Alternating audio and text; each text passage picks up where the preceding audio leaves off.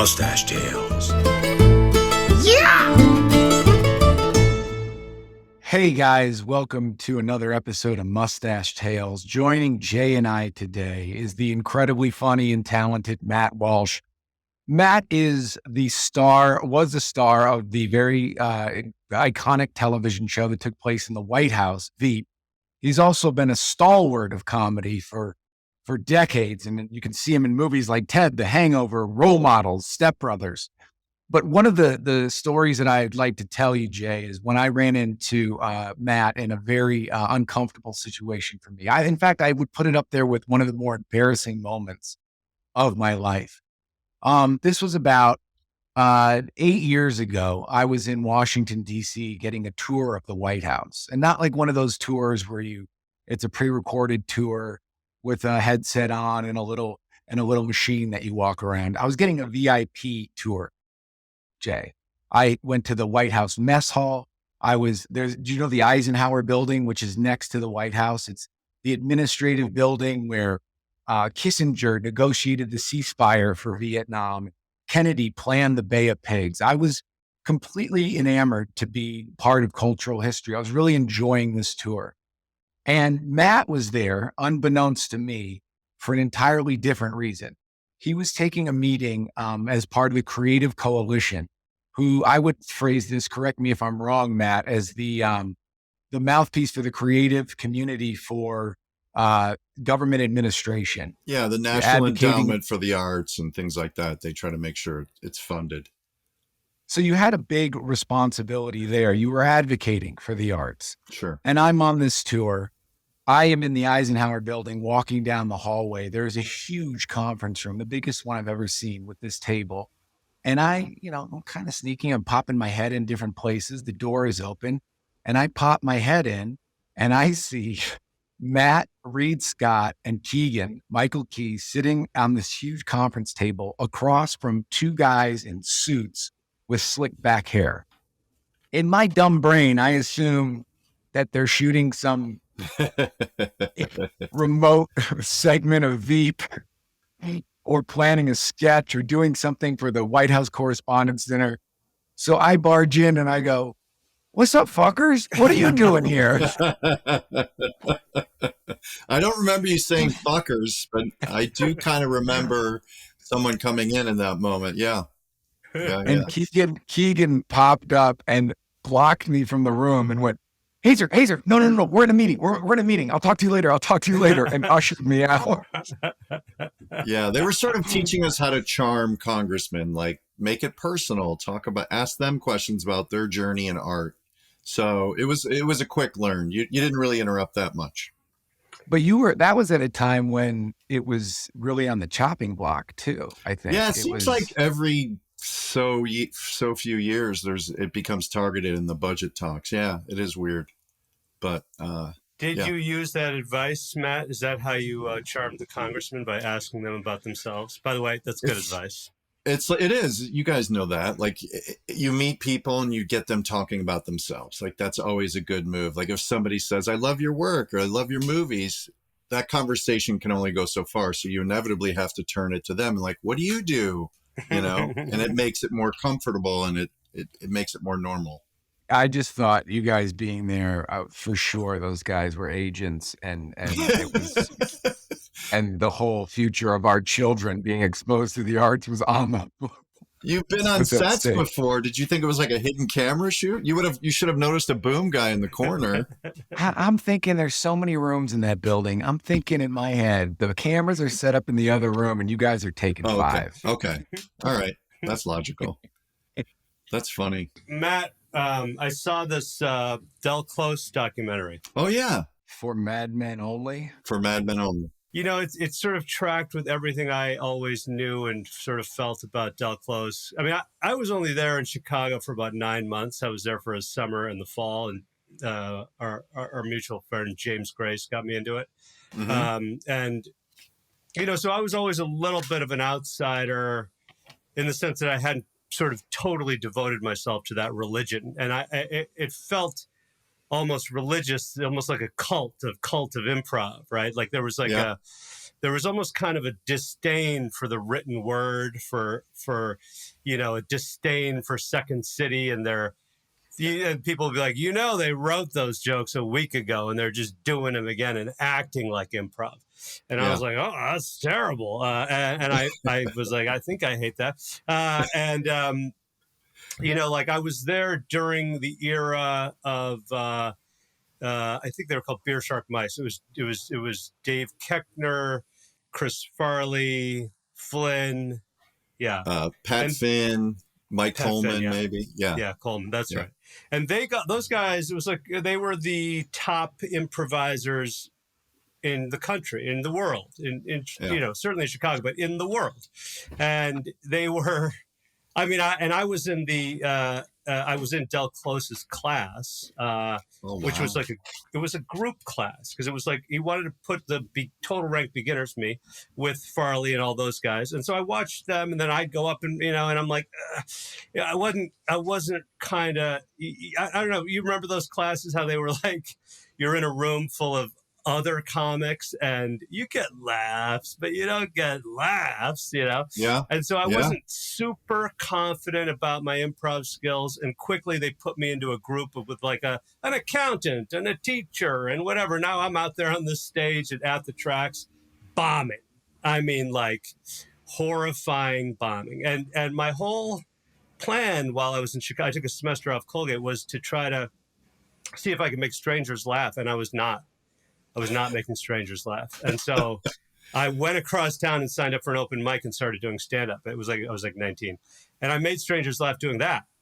And I've never stopped doing stand-up. But it was all because the Improv Olympic, I was like, I don't know if this is entertainment enough for make people pay for it. Certainly not when you're watching me, it wasn't. But It's a tough environment too, Yeah. because Del is very intimidating. Like he would shred people after a scene. So it's not really an inviting room or a safe place. So you go in feeling vulnerable because you do want to be funny and you're never going to get the kind of laughs that make you feel funny. And then on top of that, you don't know if Del's going to shred you publicly and cut you down and make you feel like you should never do this again. Yeah, I did a scene and he goes, "This is a room for honesty, not dishonesty." And I was like,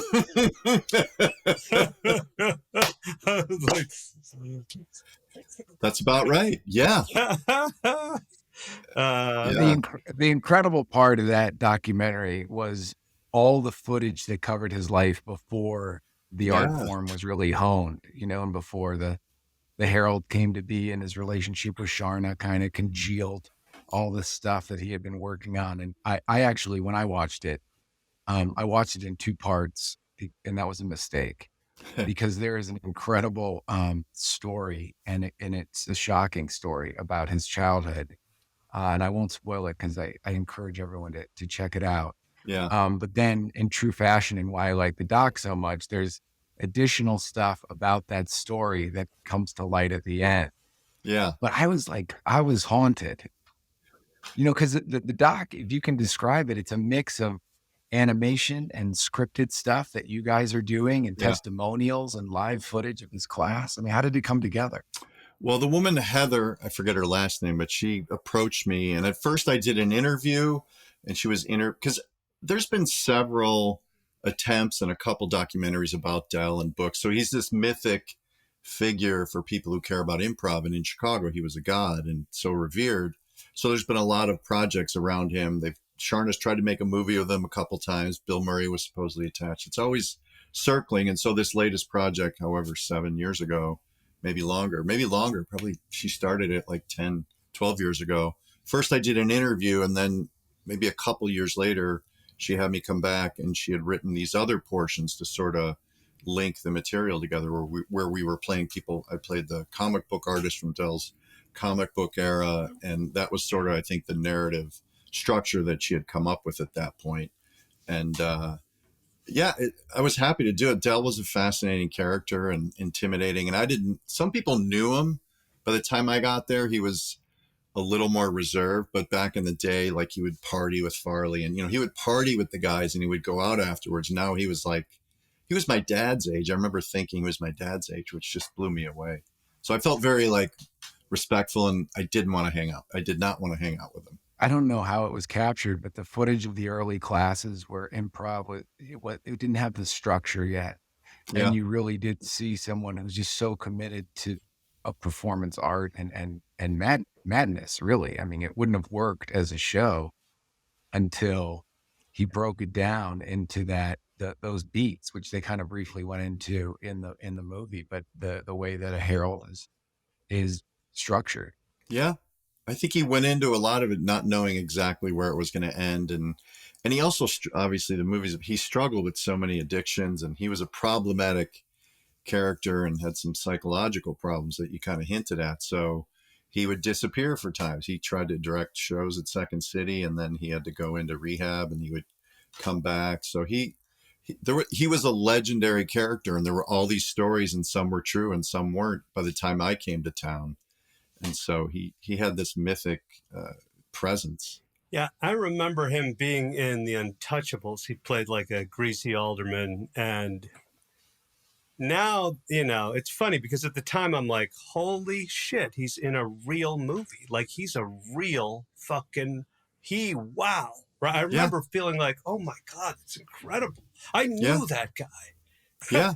And, now on reflection, you're like, I'm sure people look at us and say the same thing. But at the time I was like, that's incredible that I could touch it.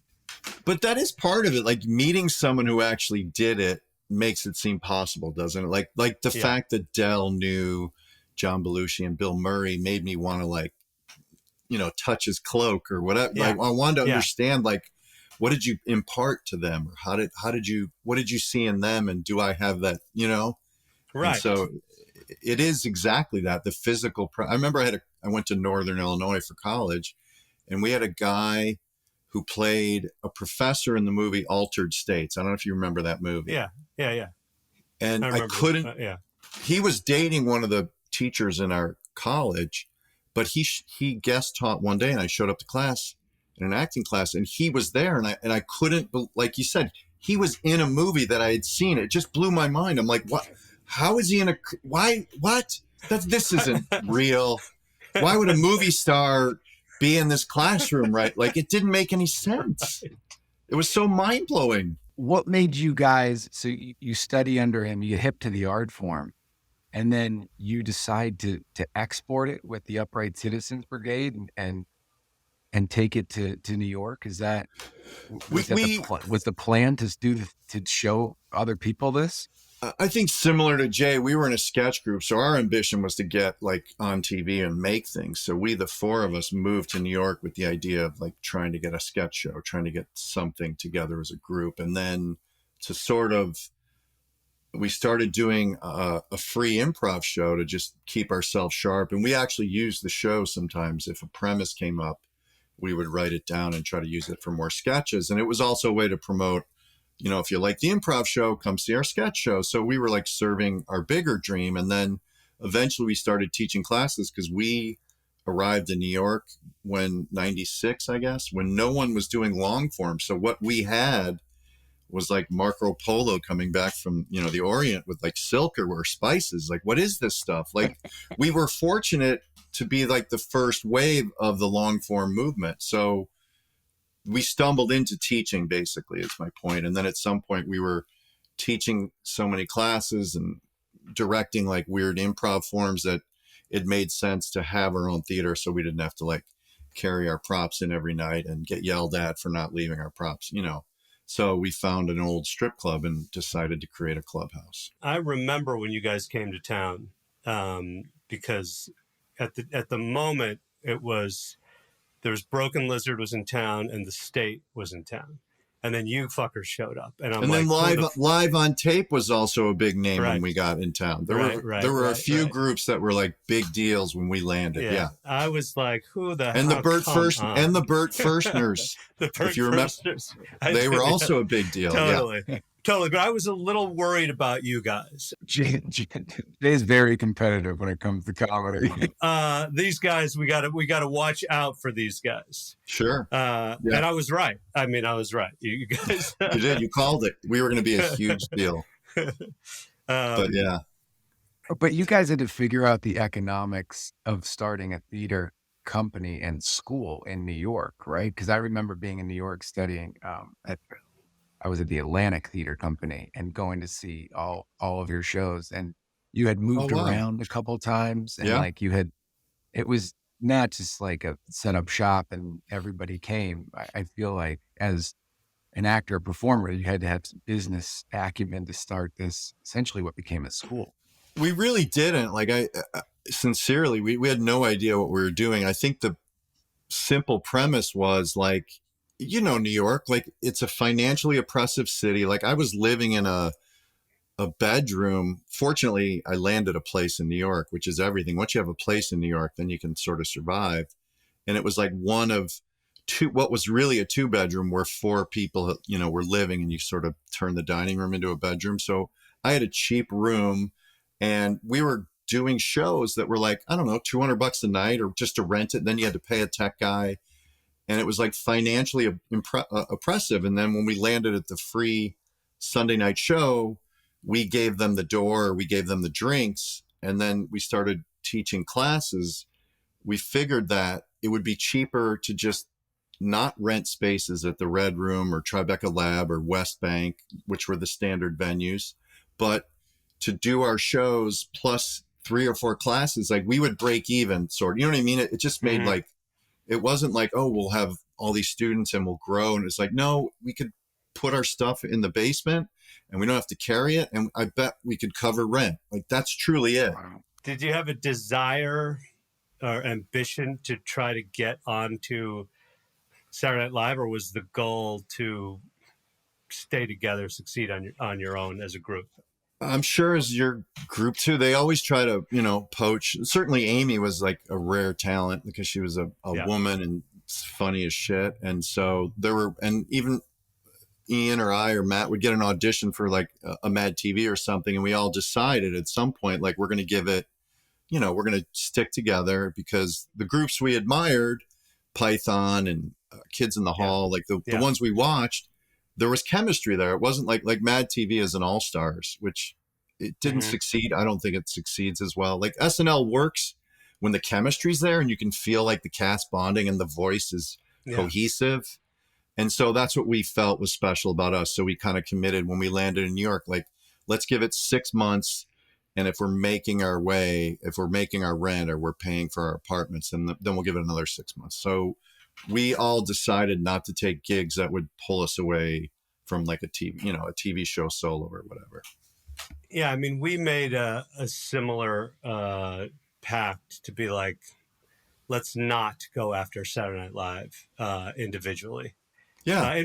In large part because we were in control of everything we did already. And the concept of having to ask somebody, hey, can I put this sketch on, was like, man, I couldn't even imagine it, right? Yeah. Yeah, you're stepping into someone else's voice, essentially, aren't you? Right. And then begging. Yeah. And then, when it's still funny to me that you hear the stories of maybe the people on SNL who didn't kind of pop for them. There's just sort of it's just a real negative view of the place, because of exactly what I'm talking about, the striving, the hey, I'm funny and you don't know it and you're not, like it's that kind of and I guess to some degree Lauren wants to have that be the culture over there. It is sort of sink or swim, and the problem with that show is there's no mentorship, there's no cultivation of talent. Like they're not teaching you in any way. It's like, here's the show, information flows in this bizarre way. You don't hear about anything, so you have to grab information as it comes. And you don't know, I'm sure, because we've all had friends on, I'm sure you're supposing like, does Lauren like me? Am I coming back next year? That's always looming. So you end up bonding with like a couple writers or 3 or 4 cast members and then hope for the best. I mean, it must be really hard to ride out, any given week. I've had friends, if they don't get anything on the show, it's heartbreaking. It's like, I'm not coming back next year. It's like life or death kind of stakes every week. And so I think yeah, because it's everything. And I, I wonder how you keep yourself healthy, like, because you care about it so much. And then you're not on a show, say 2 weeks in a row, like that would send, a young 25-year-old version of myself into a spiral. Yeah, and it wasn't like Saturday Night Live, by the way, came to us and said, "Hey, we want you. We want you." No, they never did. Yeah. But we made a pre-pack that we wouldn't go, even though we would have gone. But I'm sure there were like sitcom.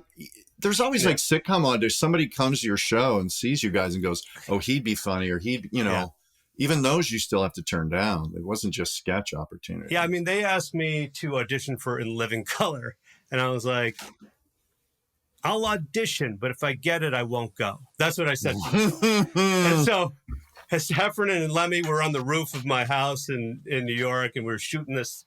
It was a thing called Hindu PI. And because I was trying to do like and I'm like, and the gag with Hindu PI is, I don't eat meat, I don't carry a gun, but I love to kick ass. And we was doing this fucking thing. And I thought your character could die every episode and get reincarnated. Well, that's a good premise. And we sent that in, and everyone's like, you're getting that. I mean, you're getting that fucking thing. And we never heard. Never heard back. Never heard back. Yeah. The people that succeed on the sketch shows on network feel like they're really good at writing for themselves to some degree. I want to get under the hood a little bit about the storytelling technique that you taught and came up through, which is the herald and the beats, because I've seen it in really good sitcom writing, the way things come back around and callbacks come back naturally from the situation with the same characters. So how does that affect in the stuff you write? I mean, it's an improv art form, but it's also like a way to write stories. Yeah, it's interesting. I don't know that my training in improv or the Herald, which is a form like we all learned. We didn't create that one. That was all Dell. I don't know if it necessarily like I refer to it mentally and go, oh yeah, this is where we need a second beat or whatever. Because I think a lot of storytelling, because we all grow up watching TV or hearing stories, is inherent in us, whether we know it or not. We kind of know like, oh, there needs to be a happy ending, or we know there needs to be conflict. So I don't know. I think with our sketch show, we definitely mimic the Herald, because we started with disparate scenes, and what we wanted to do is have sort of second beats and then have those worlds collide, and then sort of third beats where there was some sort of resolution or seeming resolution. So that inside the sketch show, that did inform our sketch show. We wanted to have innovation in as opposed to like sketch, go away. So that was something intentional. And also the overlay of the ridiculous super organization that was the Upright Citizens Brigade, pulling the strings on, what was happening in the world. Like from that sort of control room, right? Yeah. Yeah. Whatever that second season, it was a truck because Comedy Central cut our budget. And then third season, it was like a even shittier. The first season, we had a great cave like Batman. Yeah. And then it slowly got, widowed away. Did that bleed into the way that because I've read articles about how Veep was written and conceived and then shot, and from what I've gleaned, the stories can start improvisationally and then get beated out and scripted. Well, with Veep, I benefited from my improv training 100%. Like I did shows did you ever go to the Annoyance in Chicago, Jay? Yeah. Yeah. I came out of the Annoyance too, where we would sort of improvise whole plays and learn how to like develop character traits and incorporate them. And then obviously improv on stage, like all those hours I spent in Chicago just doing live shows taught me like improv skills. So I was very geared for a show, and Armando, the creator, was very improv friendly. So when we started the pilot, he was open to improv because their take on the characters, once we were cast, they kind of put it down and they wanted to see what American, because they were all Brits. So they wanted to see, let's make it more American. So they allowed us room to play and then lines. And then the writers, there were scenes written, but anything problematic, we would put the scripts down and we would just improvise, and the writers would take notes, and oftentimes stuff we improvised or ideas for scenes. And I think too, sketch training mattered because like, you can pitch. We were pitching ideas. Like, what if anything from like, I don't think Mike should say this. I think Jonah should come in with it, like things like that. Or like, what if the scene went this way? So we were pitching whole ideas, and then we would try those ideas on their feet. So my training gave me huge confidence to make tons of mistakes, and also the environment of like Julia and everyone around in Armando. We had tremendous permission to fail. Like once we were on the show, it wasn't like SNL, for example, where you're like, holy shit, if I don't have a good show, I'm out. They told us like, we're going to do tons, because the first season we improvised in the basement of a hotel in London for like 2 weeks. And I remember like some nights I would talk to my wife and like, I wasn't funny at all. I don't, and it made me insecure, but they really encouraged us, like, don't worry about being funny. And then we slowly got used to each other and realized like, oh, we can be terrible for 90% of this improv, and then we really started taking chances, and it was an encouraging environment. You could rehearse for a couple weeks before being on set. In the early seasons, the first season we rehearsed for 2 weeks. Like before the pilot, I think we had 2 weeks of rehearsal.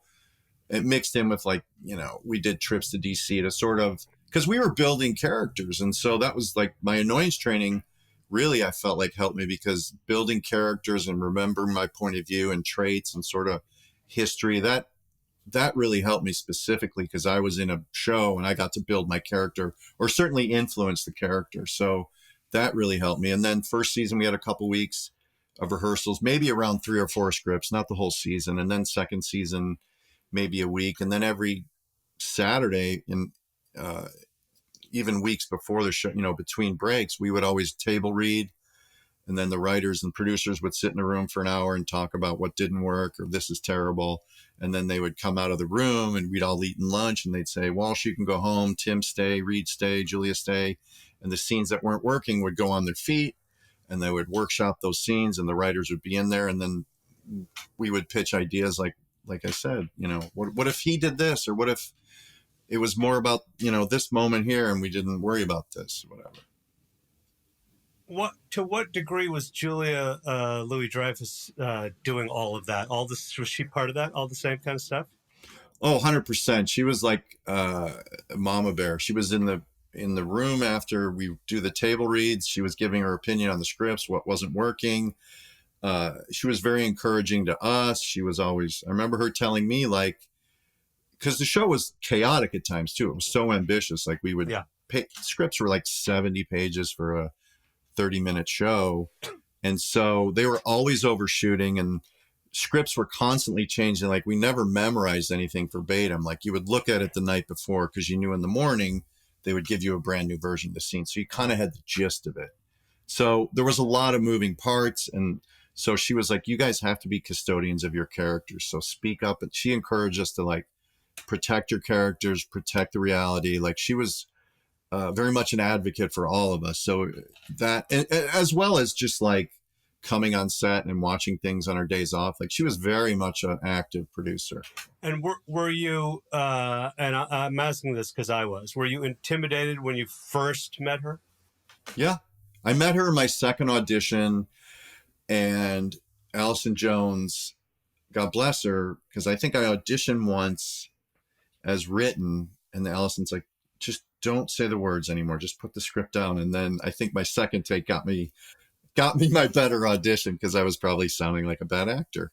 And then in the second audition, I think we did it as scripted, and then we put it down, and then Julia was with me, and we just played. We just shot the shit and rolled with it. And she, of course, was generous and funny and listened. And I think listening is the ultimate skill is improv. Like if someone's in a moment and it's real and it's spontaneous, and you're able to listen and process it and emotionally understand it and then create something back, that's the gift of improv that I hopefully bring into everything I do. It's such a departure from another process, which is traditional network comedy, where every word is scrutinized and the person performing it is not part of that process at all. I mean, they might be from the writers taking inspiration from something that they do, but it's done in a vacuum and then presented to you almost on the day.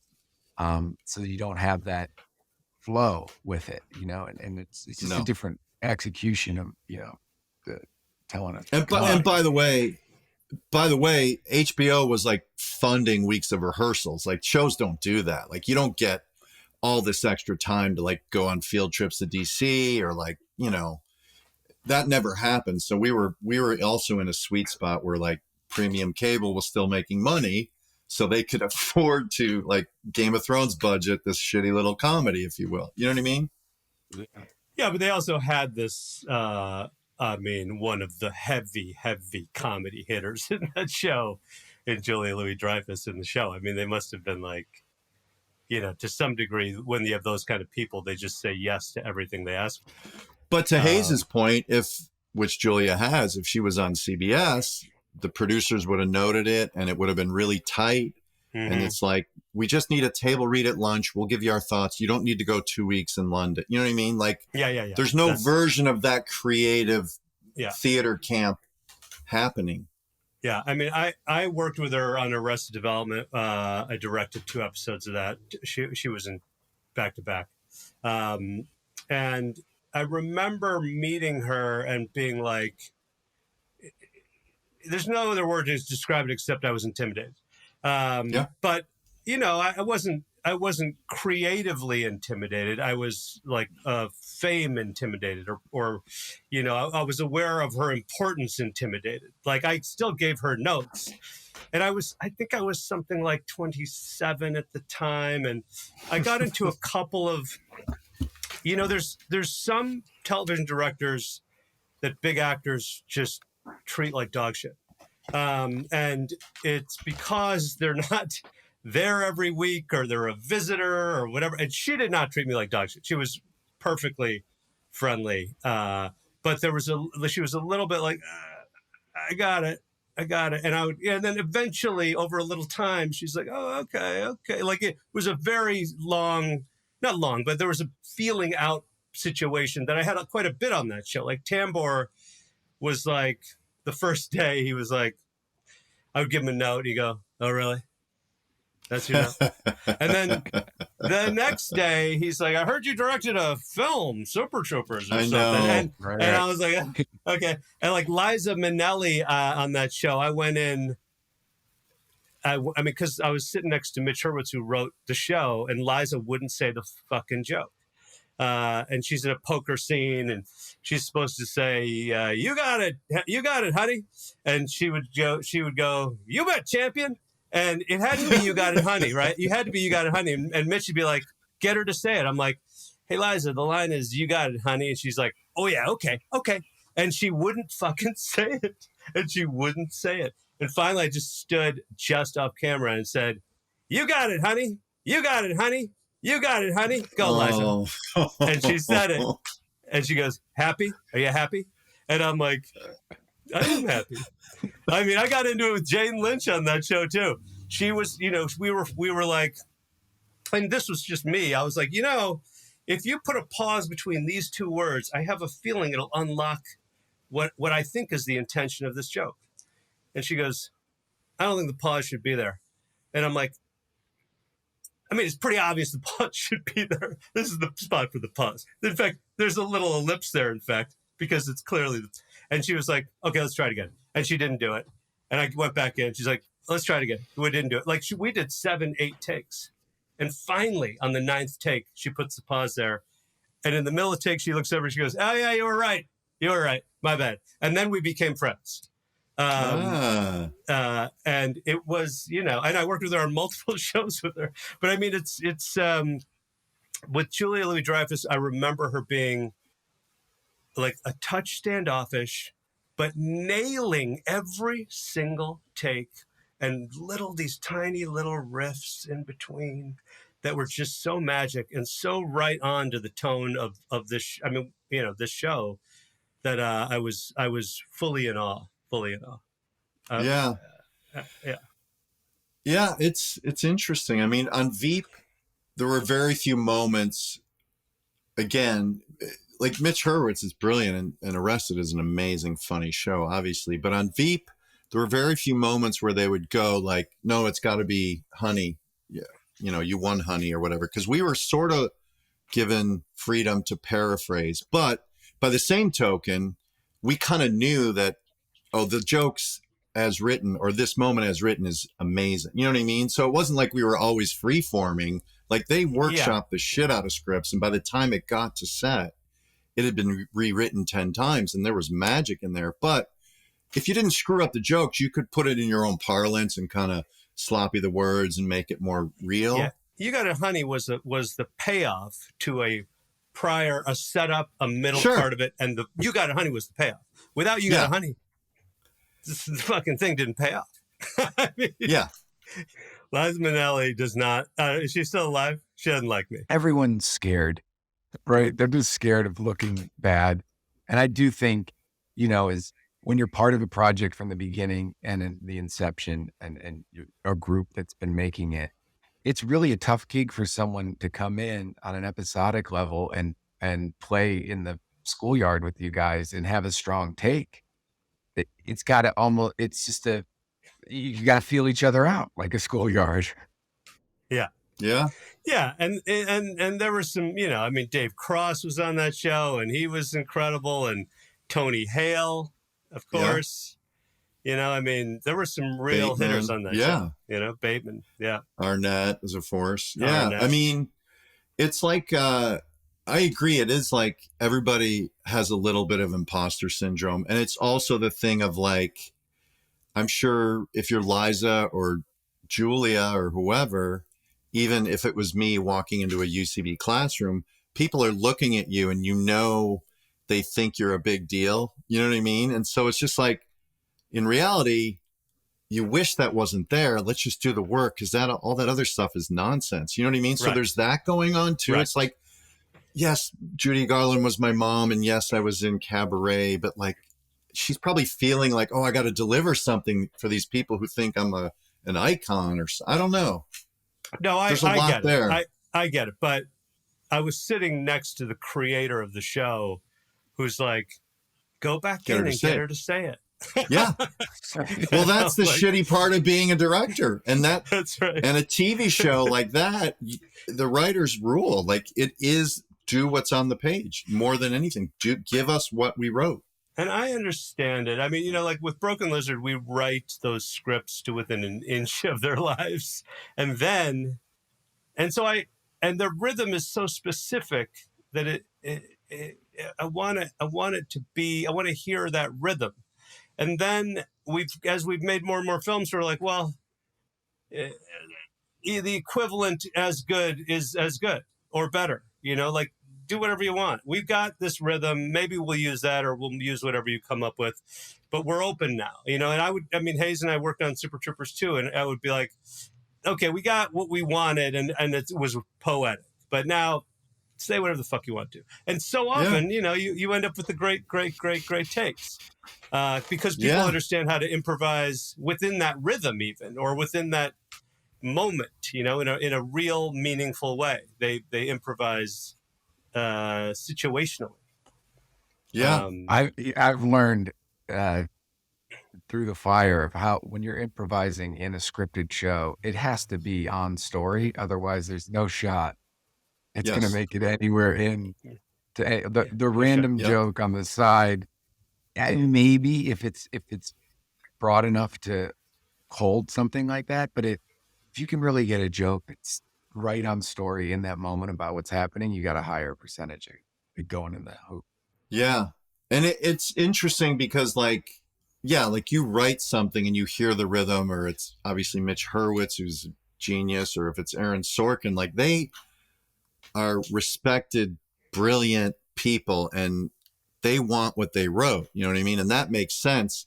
And then there's also the thing of like, all this time and effort goes into getting something on its feet and casting the actors. And now you're in this playroom and there's also an AD going, hey man, we got 15 minutes and then we got to feed these like there's all this pressure that sometimes people forget, like, God damn it, just let's not be tight because it took so much effort to get here. Let's just play a little bit, just a little bit. You know what I mean? And that's why directing's hard. Like I'm not a great director. I've directed a couple things. I think that's the hardest thing is to block out all that stress and all those pieces and all the stuff you have to get and just play a little bit, just a little, whatever it is, 5%, 10%, because because it's better, you just get that extra something. I mean, I'd say a full 8 jokes in the quasi trailer, the film we just made, were the improvised things. Like we've come a long way. We've come a long way from, Super Troopers had some, but maybe like 8 lines or so. But in the whole movie, in quasi, it was just full of life and, improvising in British accents and, Yeah, and like Hayes said, you want to improvise on story because it's not going to get the cut. It's not going to make the cut. But it's also like I've been on shows with great directors, and if they're tight or if the set's tight, it's not as good as the last thing you did with that director. For whatever reason, you can go in a room on a different project with the same director, and there's like stress or chaos, or the actors don't like each other. And so they're suffering through it, and they're just trying to make their day. And they've lost their sense of protecting that freedom. And so that little project you do with them isn't quite as good as the one where they were like a little freer and a little playful. It's interesting. I mean, I don't know how to quantify it other than that. Want to just note that we're all from Chicago. And I think we share a deep love of the Chicago Bears. Jay and I talk about it all the time. We analyze the draft picks and what the team has been through. So, Matt, you have a podcast that speaks a lot about the Bears operation and the players. And I think the central question I want to know, and I'll put it on the table here, is was pace right? Well, the podcast is long over. It's gone. You're not doing it. Now's the best time to do it, to bring it back, because we actually might be good. No, we buried the pod. I'll bring it back. If you guys want to produce it, I'll show up every week, but I'm not going to produce them. And were we right about building around Fields? I think sure. Yeah. I mean, focus on the fact that he didn't play a full season and he was sacked 55 times. So we've never really seen him as a pocket passer and allowed him to make decisions. So he's going to be better. I don't know if he's, how high his ceiling is, but he'll definitely be better, knock on wood. And I think developing an investment like that is smart because he can always run. And we didn't have a great receiving core either. Like DJ Moore is a real number 1 receiver on any team in the NFL. And so, and I love that running back, the backup running back from, was it Texas that we got? The one they drafted, right? Yeah. Yeah, right. I love picks like that. Like there's all this like pieces, and obviously they went for a tackle to protect Fields. Like it's all preseason optimism, of course, and it could be brutal, but I'm optimistic that Fields will be better. I don't know what his ceiling is, but because there's that, that IQ thing there, like that quick decision IQ. Like I don't know if he'll stay in the pocket and make the right decisions. That's the intangible, but I think he'll be a lot better. I agree. I think, yeah. Well, I was just, I played football in college. You were a quarterback. Well, yeah, that's what I was trying to fit in here. Oh, I didn't know that. No, but I look at just the history of the game. The field's always been 52 yards by 100 yards. And the guys have gotten so much bigger and faster that almost the traditional drop back quarterback isn't able to be the same person that they might have been a generation ago. You need someone who's so mobile because they can mix up the whole plate and toss the salad and then make the play out of that. I mean, you look at Philadelphia and KC and the new wave of quarterbacks. So I like taking the shot on Fields because if you build around him, you can have that type of like marquee offense that works in the league. I mean, the guys are 6'7", holding their arms in the air, running like 4.40. It's just hard to put the ball anywhere where they can't get knocked down. It's a whole different thing. How many concussions did you have in college, Hayes? I was lucky. What do you think? I always little ones. I had one big one when I was playing for a semi-pro team in Los Angeles called the LA Gunslingers. A significant one where was that Snoop's team that we played against Snoop Dogg's team, and that was actually the game I got the concussion in because it was a violent game. I mean, I didn't know I grew up in Chicago and I played in a Pop Warner team, so I saw you get hit when you're little and it's not as impactful. But when you were playing in semi-pro, you had guys who maybe were in the NFL and now they're in their late 30s and they want to keep playing, or guys who were trying to make it to get noticed by a junior college so they could go to a JC and then get a scholarship. So there's like this big generational gap. And I was just kind of just there, like just to hold the flame of the glory days after college, to keep playing. And it was cool to do.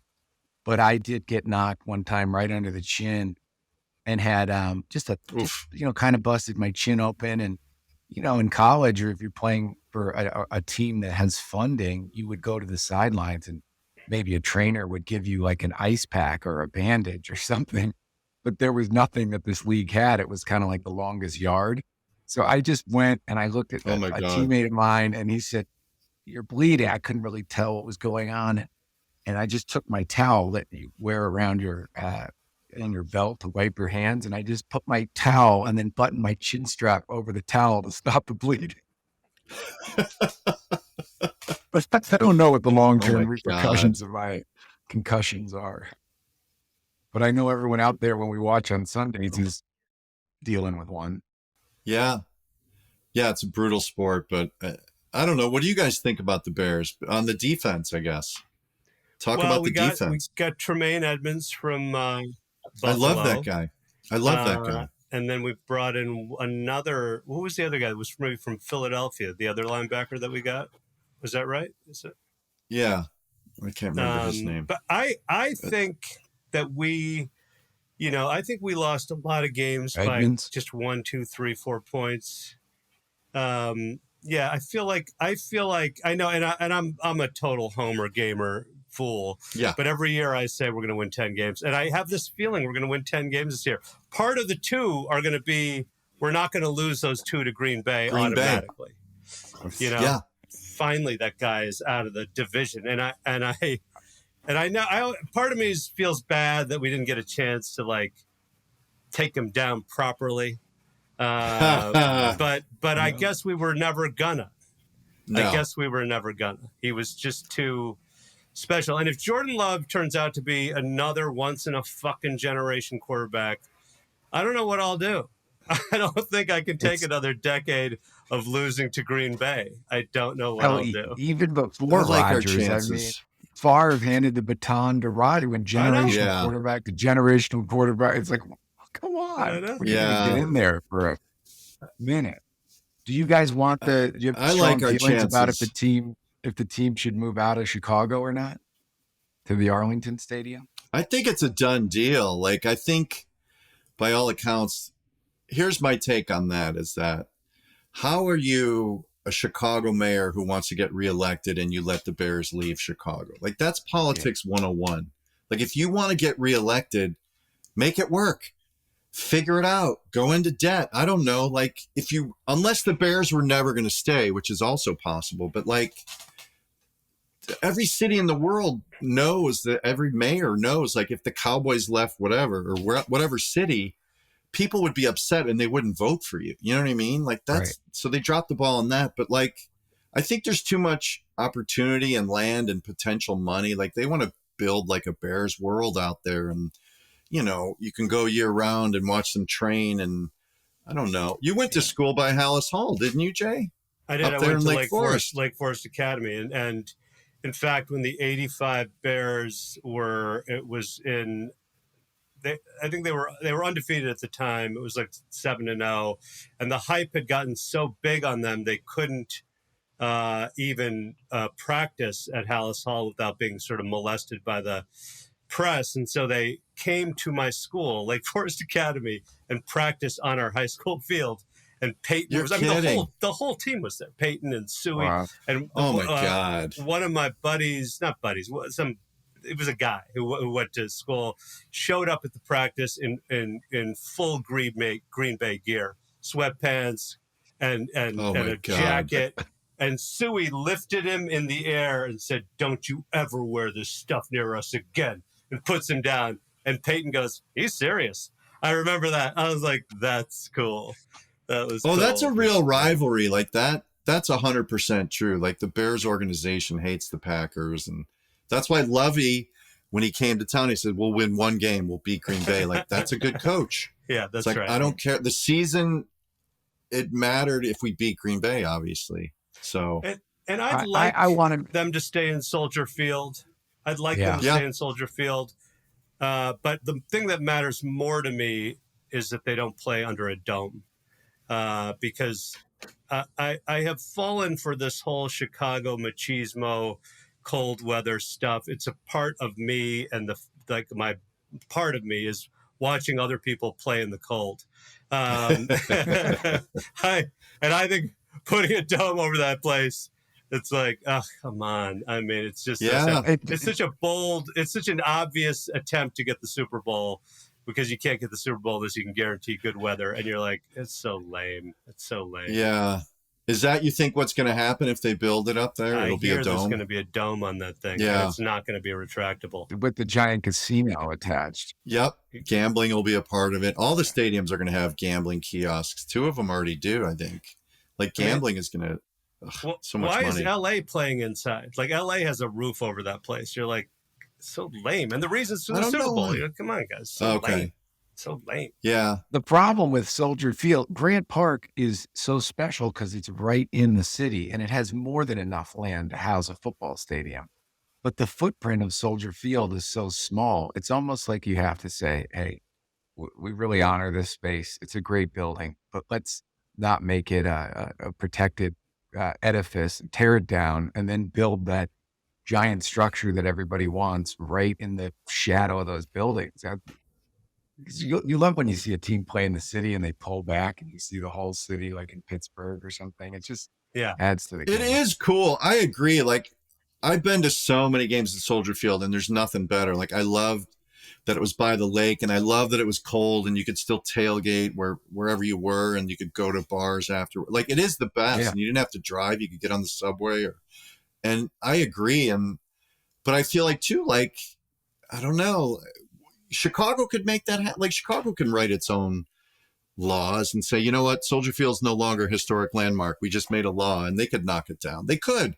Like, when they wanted to get rid of Meigs Field, Daley just sent in bulldozers and put big X's in them. That's right. And said, it doesn't matter what the judge says.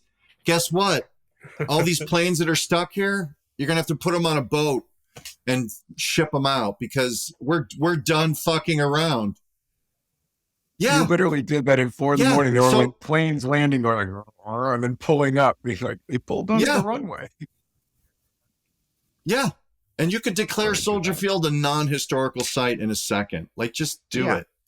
Honor it somewhere else. I agree. And it's great for the city. I agree. It's a shame that it's going there, but, like, I don't know. They blew it. Whoever was on the committee for that one, they blew it. Oh, we settled for that wonky bowl on top of it for 20 years or however long when they expanded it, which is actually dishonoring. I don't hate the new soldiers. spaceship. It is. But I don't hate a lot of people hate the new Soldier Field. I don't hate it. It's the only thing that sucks is the 2 exits. Like, that's a drag. Like, you got to get in line with 50,000 people and go out 2 doors.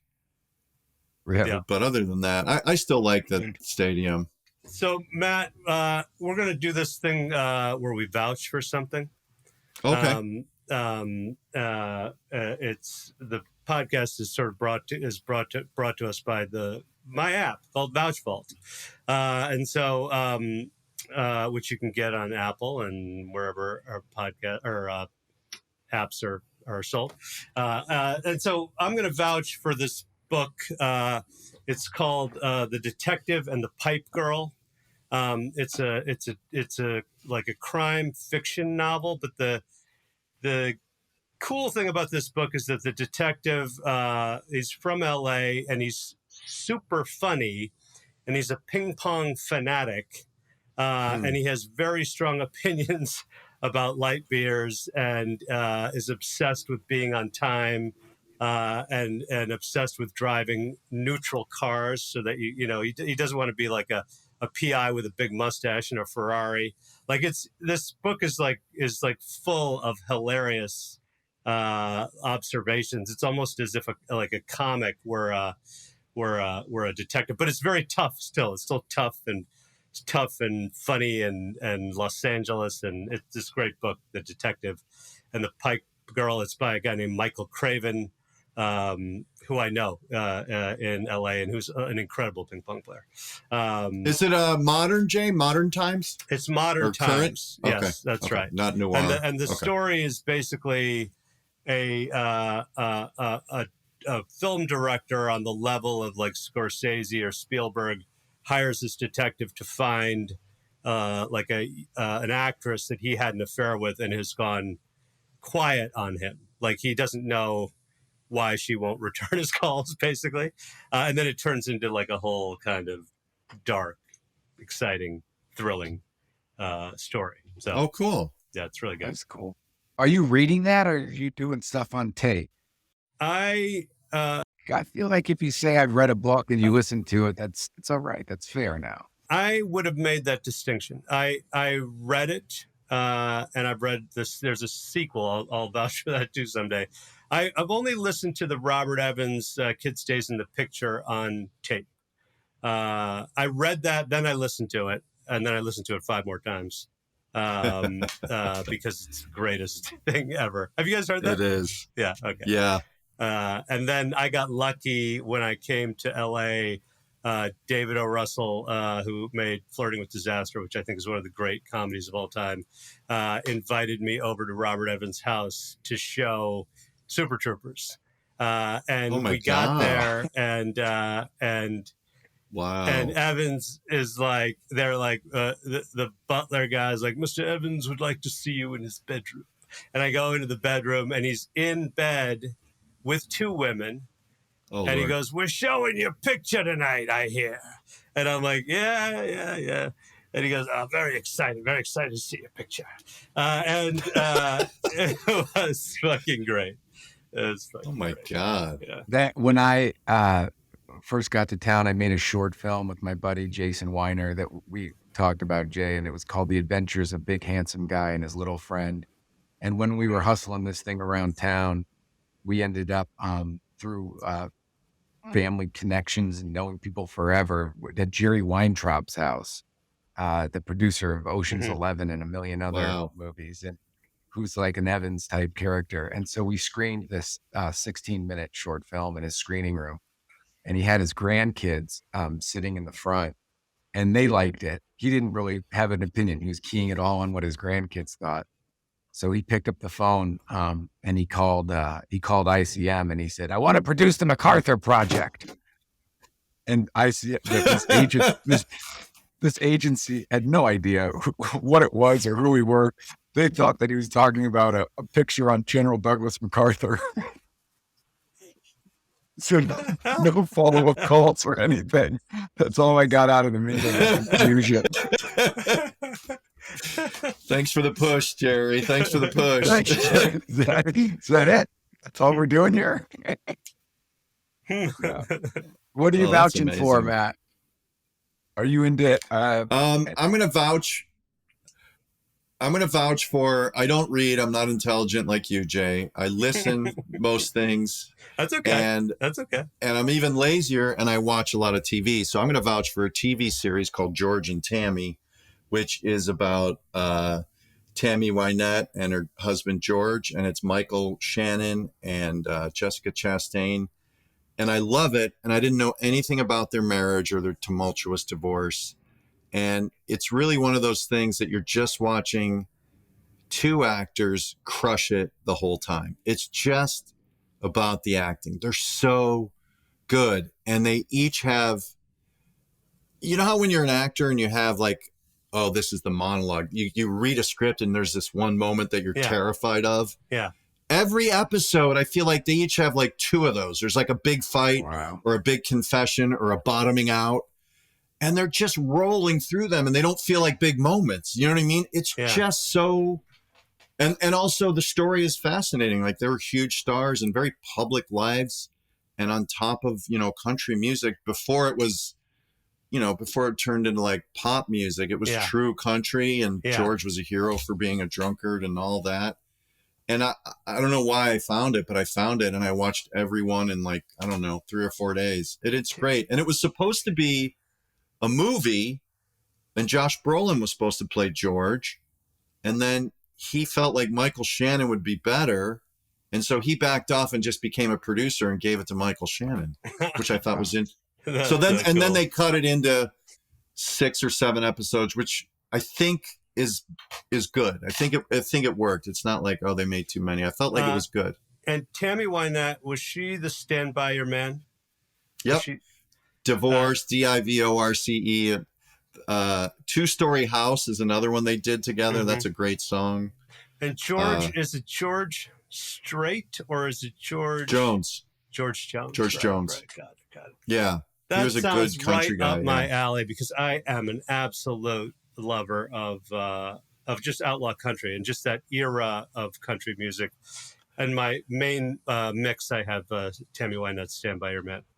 Yeah, you probably know more about that world than I do. I didn't really know a lot about it. I knew a little bit about Tammy Wynette. So it was also interesting to see their rise and how record deals were made. And it's pretty great. What where does it let? Yeah. I should have done more homework. I want to say Hulu, but I'm not 100% positive. We all have Google. Yeah, just Google it. Go on your navigating system. I think it's on. I was going to make a joke. What was the first navigating system? Navistar. Remember that? Yeah. No. Seascape. What was it? It was like a ship wheel. Netscape. Oh, yeah. Netscape. Go to your Netscape navigator and type in George and Tammy.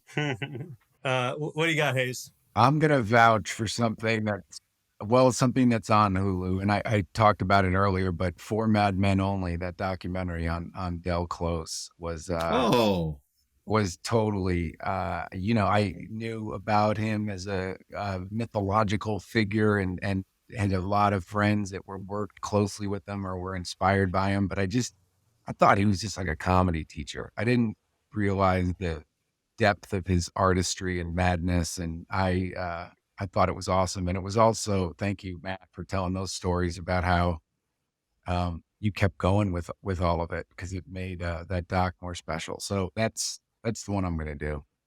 And that's on Hulu as well. Showtime too for George and Tammy. I just looked it up. Too. Showtime and Hulu if you have the premium.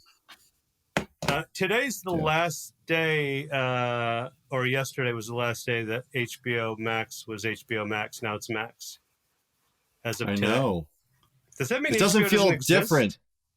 It doesn't feel different than yesterday, I got to say, with such a big thing happening like that. It's true. Today feels like yesterday. I just kind of feel there's no more HBO, and they went with Max, which now I think to a new generation is just going to sound like a guy's name. You see that thing on Max? It doesn't have people don't know it was Cinemax and then it became HBO. Like, it's just Max. I know, and HBO is such. I guess for young people it doesn't matter, but for us, HBO is like The Sopranos and like The Wire. It's like such a valuable brand. It just seems silly to get rid of it. The company feels that HBO is exclusively appealing on the coasts, and they don't want to do that anymore. They want to appeal to the middle of the country. And so as you pitch new shows, Matt and Hayes, be pitching shows in like the middle of the country, Nebraska, Chicago, those kind of places. They don't want to hear all this eastern coastal elite shit anymore. Right, because each channel used to have an identity, right? Like if you went to this station, it was going to be like this. And now they're just umbrellas, so you can go find everything. But can I talk to the network, Jay? Because devil's advocate, I feel like a lot of TV makes its bones by being aspirational. Like, look at the apartment the Friends had. Like, that's not real. That's aspirational. Or the shows people watch are aspirational. They're not. I don't want to see my life reflected back at me. That's why I turned on the goddamn boob tube.